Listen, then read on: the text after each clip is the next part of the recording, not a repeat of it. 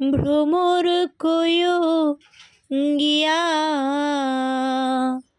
শ্রীকৃষ্ণ বিচ্ছেদের আনালে অঙ্গ যায় জ্বলিয়া রে ভ্রমর কয়ো গিয়া কয়ো কয়ো কয়ো রে ভ্রমর কৃষ্ণ রে বুঝাইয়া। হ্যালো এভরিওয়ান, নমস্কার সবাইকে। কেমন আছো সবাই? কি অবস্থা তোমাদের সবার? আমি তো ভালোই আছি। আর এই যে বললাম না কৃষ্ণকে বোঝাই বলো, আসলে আমার প্রচুর পরিমাণে ঘুরতে ইচ্ছা করছিল। তো কি আর করব, ঘুরতে তো কোথাও যাওয়া হয় না, এজন্য আর কি ওই বাড়িতে চলে গেলাম। দেখি ফটো টটো শ্যুট করা যায় কি না। গিয়ে দেখলাম অনেক সুন্দর একটা গোলাপ ফুটেছে। তো আমি গোলাপটাকে একটু ভিডিও করে নিলাম। আর ভিডিও করতে করতে ওখানে দেখছি আমার ভাগ্নে অনেক বড় একটা মাছ নিয়ে হচ্ছে খেলা করছিল। মানে এই মাছটা হচ্ছে আসলে ওরা পুকুর থেকে মেরে নিয়ে এসছে। আর ওরা যেহেতু বাসাতে থাকে আটকা জায়গায়, এই জন্য আর কি এভাবে খোলামেলাভাবে তো আর খেলা করতে পারে না, আর মাছটা যেভাবে ধরেও না, তো এই জন্য আর কি মাছটা নিয়ে অনেক বেশি আনন্দ পাচ্ছিল ও। তো ও মাছটা নিয়ে বলছিল আমার অনেক বেশি আনন্দ লাগছে, কত সুন্দর মাছ।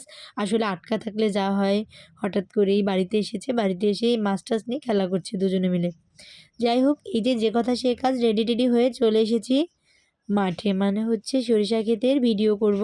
সরিষা ক্ষেতে বর্তমান ট্রেন্ডিং চলছে না, সরিষা ক্ষেতে পিক তোলা ভিডিও করা। এটা কয়েকদিন আগের ভিডিওই ছিল, আসলে পরীক্ষার কারণে আমি আসলে আপলোড করতে পারি না, মানে এডিট করা হয়েছিল না। তো এই যে আর কি এখন যখন আমরা এসেছি তখন এখানকার আবহাওয়াটা দেখো কতটা সুন্দর। আর এই যে আমার একটা মাসিও এসেছিল রেডি হয়ে, আমি আর আমার ওই মাসি দুজনে মিলে রেডি হয়ে চলে এসেছিলাম ফটোশ্যুট করার জন্য। আর এই সূর্যটার তো একদমই আমি প্রেমে পড়ে গেলাম। মানে আমার ক্যামেরায় আসলে সুন্দর করে ক্যাপচার করতে পারি না, বাট সবুজে সবুজে এত সুন্দর লাগছিল। আসলে তেমন বেশি সরিষা ছিল না এখানে, এই এতটুকু জায়গায় মাত্র সরিষা ক্ষেত ছিল। তো এই যে আমি প্রথমে মাসিকে ফটোশ্যুট করে দিচ্ছিলাম। মাসি তো বলছিল এই দিক থেকে তোলো, ওই দিক থেকে তোলো, এইভাবে তোলো, ওইভাবে তোলো। মানে ফটো তোলার তো আর শেষ নেই। যাই হোক, আমিও চেষ্টা করছিলাম ফটোগুলো তুলে দেওয়ার জন্য। তো আর কি ফটোগুলো তুলে দিচ্ছি এখানে আমি। আর মাসির ফটো তোলা শেষ করে আমি ফটো তুলবো। তো আমি আবার দিদিকে বলছিলাম, দিদি একটু আয়, দিদি আবার ওনাকে নিয়ে আসতে পারছিল না। তো যাই হোক, পরেও কিন্তু এসেছিল অনেক কষ্ট করে হলেও। তো এই যে এখন আমি একটু ভিডিও করে নিচ্ছি, মানে আমি যাচ্ছি ক্ষেতের ভিতরের দিকে একটু ছবি ভিডিও করবো জন্য। আর এভাবে ঘোরার ভিডিওটা তো আমার ভীষণ ভালো লাগে। প্রত্যেক সময় আমি শাড়ি পরলে আমার এরকম একটা ঘোরা ভিডিও বানাতেই হয়। তো যাই হোক, বানানো শেষ। এখন দেখছিলাম যে আমার বান্ধবীরা আসছিল। আসলে ওরা আমাকে দেখেই আসছিল মাঠের দিকে। আমি এবার টুক করে ওদের একটু ক্যাপচার করে নিলাম। কেমন হলো বলো তো বন্ধুরা? তো যাই হোক, এই যে এখন একটু হাঁটার ভিডিও করে নিচ্ছি। আসলে কি আর করব বলো?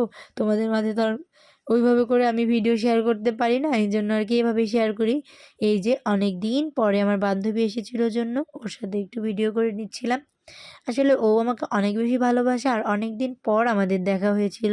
তো যাই হোক, কথা বলতে বলতে কিন্তু আমরা ভিডিওটা শেষও করে ফেললাম প্রায়।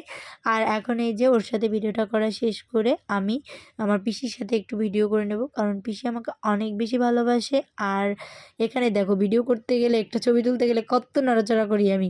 তো যাই হোক, এখন এই যে পিসি আর আমি দুজনে একটু দৌড়ে ভিডিও করে নেব। পিসি আসলে আমাদের সাথে একদমই ফ্রেন্ডলি আচরণ করে। মানে বোঝাই যায় না যে পিসি আমাদের পিসি। মনে হয় যে না, বোনের মতো আচরণ করে এমন। অনেক বেশি ভালোবাসে। তো যাই হোক, এখন চলো দেখি আমরা যে সরিষা ক্ষেতে গিয়ে কয়েকটা পিক তুললাম সবাই মিলে। এখানে আমি, আমার ২ পিসি আর ওই মাসিটা। আর এখানে আমার কিছু পিক কেমন হয়েছে অবশ্যই বলবে, আমার বান্ধবী আর আমি। বান্ধবীরও একটা ছবি দিয়ে দিলাম। তো এতক্ষণ ধরে আমার ভিডিওটা দেখার জন্য অনেক অনেক ধন্যবাদ। আর এখানে এসে বিদায় নিয়ে নিচ্ছি। টাটা।